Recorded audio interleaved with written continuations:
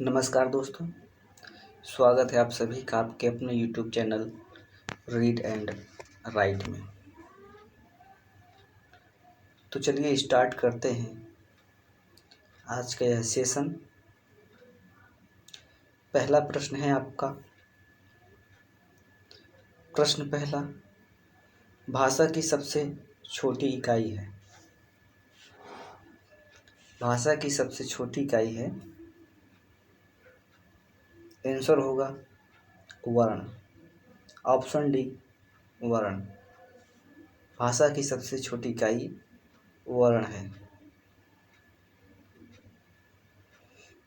प्रश्न नंबर 2 है,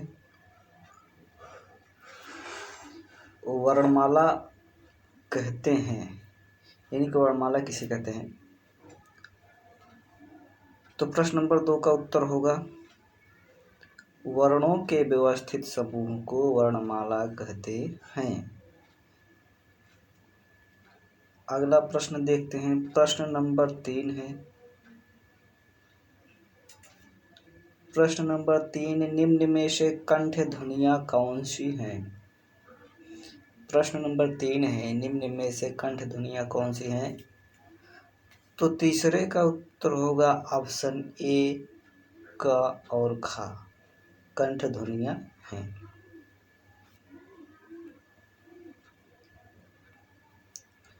प्रश्न नंबर 4 देखते हैं। स्थान के आधार पर बताइए कि मूर्धन्य व्यंजन कौन से हैं। स्थान के आधार पर बताइए कि मूर्धन्य व्यंजन कौन से हैं।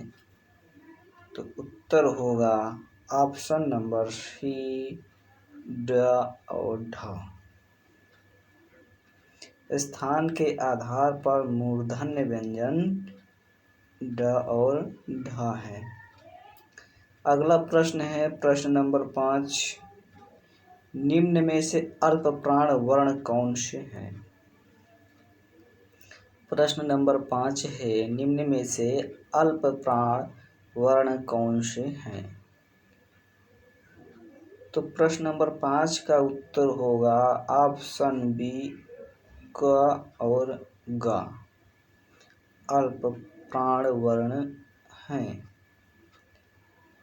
अगला प्रश्न है। प्रश्न नंबर 6, निम्न में से नासिक के व्यंजन कौन से हैं।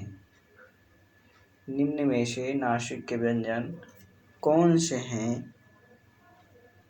तो प्रश्न नंबर 6 का उत्तर होगा आपका ऑप्शन नंबर बी या। प्रश्न नंबर 7 देखते हैं। ए ऐ वर्ण क्या कहलाते हैं। प्रश्न नंबर 7 है, ए ऐ वर्ण क्या कहलाते हैं। तो प्रश्न नंबर 7 का उत्तर होगा कंठतालव्य।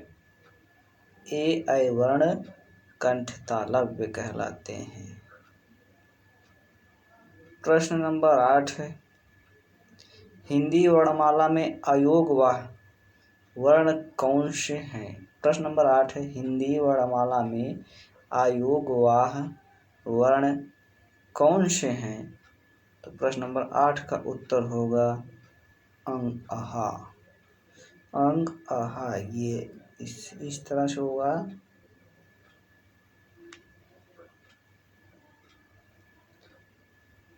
प्रश्न नंबर 9 देखते हैं। निम्न में बताइए कि किस शब्द में द्वित्व व्यंजन है। निम्न में से बताइए कि किस शब्द में द्वित्व व्यंजन है। तो प्रश्न नंबर 9 का उत्तर होगा ऑप्शन सी दिल्ली।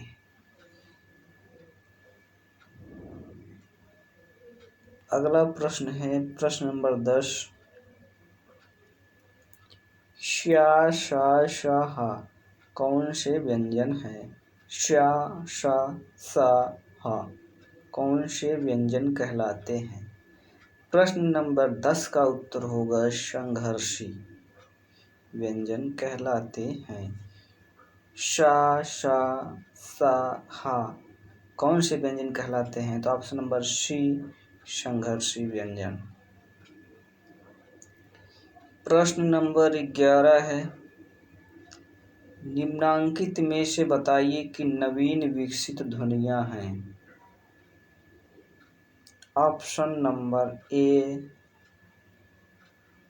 ख और गया, ख और गया। दोस्तों ये होगा ख, इस तरह से जो लिखा जाता है, ये आपका यहाँ पे बिंदी होता है और गा लिखा यहाँ पे बिंदी होता है, तो वो है, ये मिस्टेक है थोड़ा सा, यहाँ पे बिंदी होगा।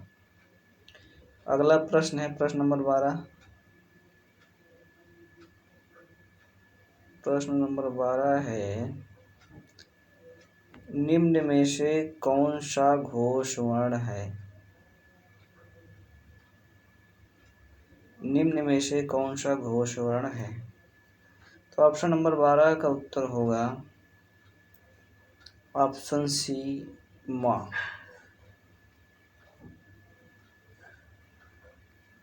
ये 2 बार आ गया है तो इसको छोड़ते हैं।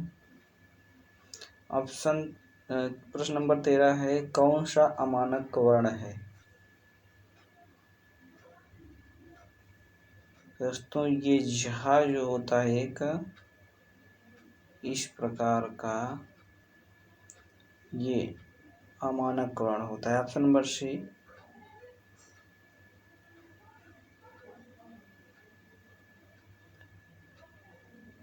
अगला प्रश्न है प्रश्न नंबर 14। हिंदी में मूलतः वर्णों की संख्या कितनी है? तो ऑप्शन सी 52। Option C 52।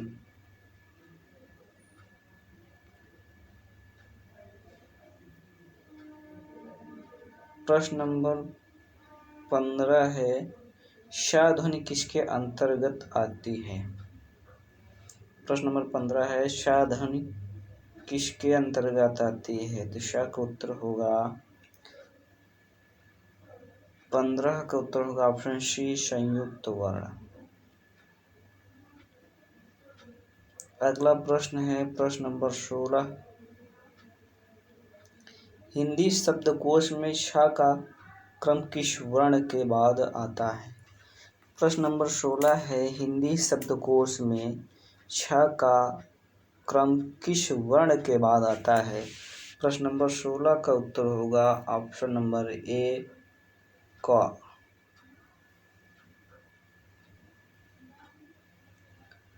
प्रश्न नंबर 17 है, ज्ञ वर्ण किन वर्णों के संयोग से बना है? प्रश्न नंबर 17 है, ज्ञ वर्ण किस वर्णों के संयोग से बना है? तो 17 का आंसर होगा ऑप्शन बी या और या।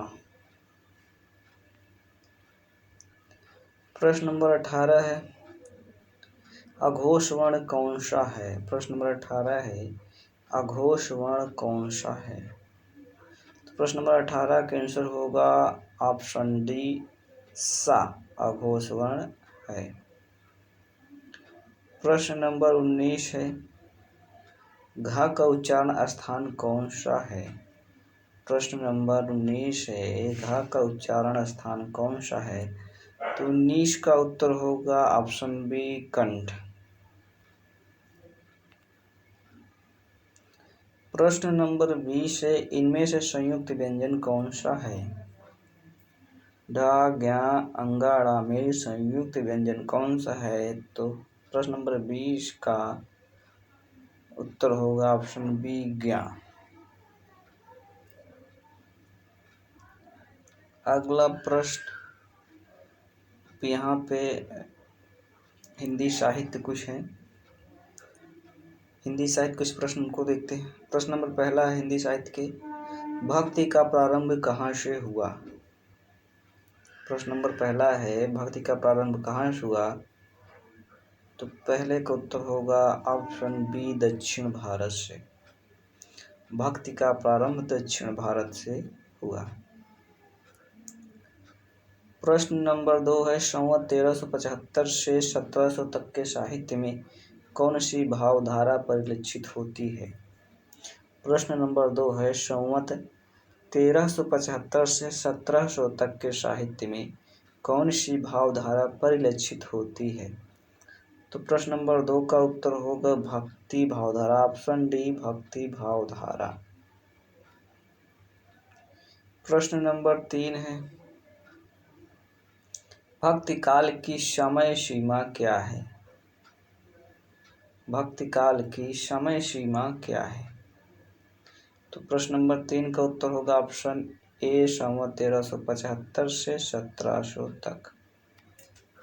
भक्ति काल की समय सीमा संवत 1375 से 1700 तक। प्रश्न नंबर 4 है, भक्ति के स्रोत को दक्षिण से उत्तर भारत में प्रसारित होने के सिद्धांत का समर्थन करने वाले विद्वान हैं। प्रश्न नंबर 4 है, भक्ति के स्रोत को दक्षिण से उत्तर में प्रसारित होने के सिद्धांत का समर्थन करने वाले विद्वान हैं। प्रश्न नंबर 4 का उत्तर होगा ऑप्शन सी आचार्य रामचंद्र शुक्ल।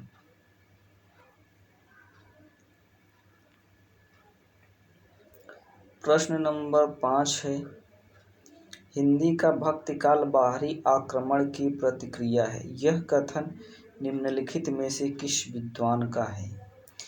प्रश्न नंबर 5 है, हिंदी का भक्ति काल बाहरी आक्रमण की प्रतिक्रिया है, यह कथन निम्नलिखित में से किस विद्वान का है? तो प्रश्न नंबर 5 का उत्तर होगा ऑप्शन सी आचार्य रामचंद्र शुक्ल का।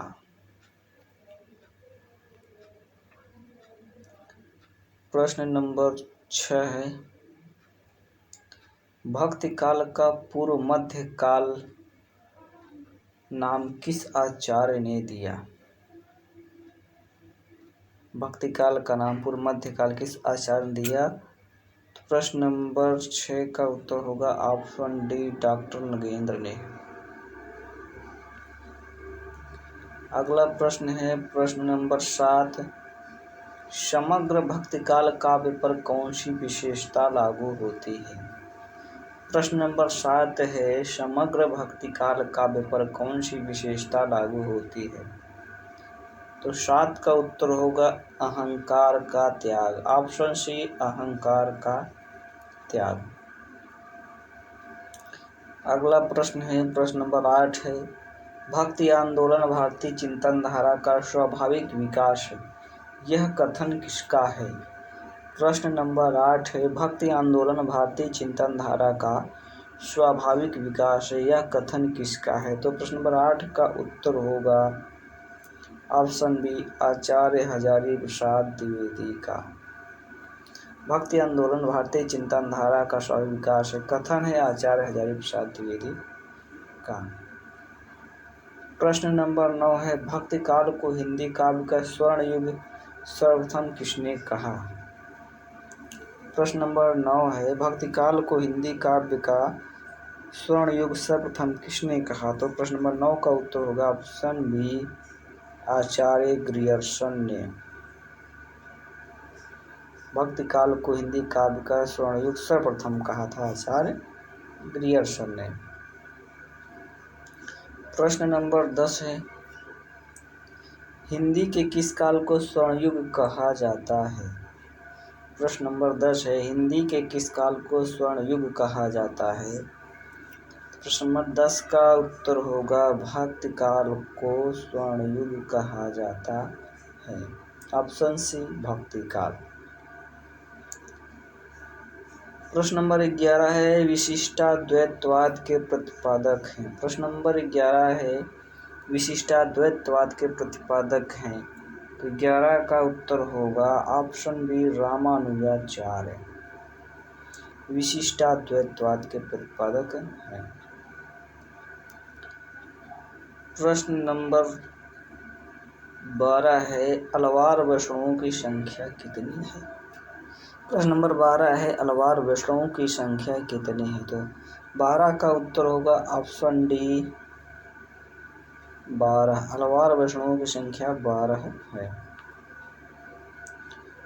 अगला प्रश्न है प्रश्न नंबर 13, अलवार भक्तों की संख्या कितनी है? तो प्रश्न नंबर 13 का उत्तर होगा ऑप्शन डी 12। अगला प्रश्न है प्रश्न नंबर 14, महाराष्ट्र के भक्तों में किनका नाम सबसे पहले आता है। प्रश्न नंबर 14 है महाराष्ट्र के भक्तों में किनका नाम सबसे पहले आता है। प्रश्न नंबर 14 का उत्तर होगा नामदेव, ऑप्शन डी नामदेव। तो दोस्तों अगर वीडियो अच्छा लगा है तो चैनल को सब्सक्राइब और वीडियो को लाइक ज़रूर करें। आज के लिए बस इतना ही।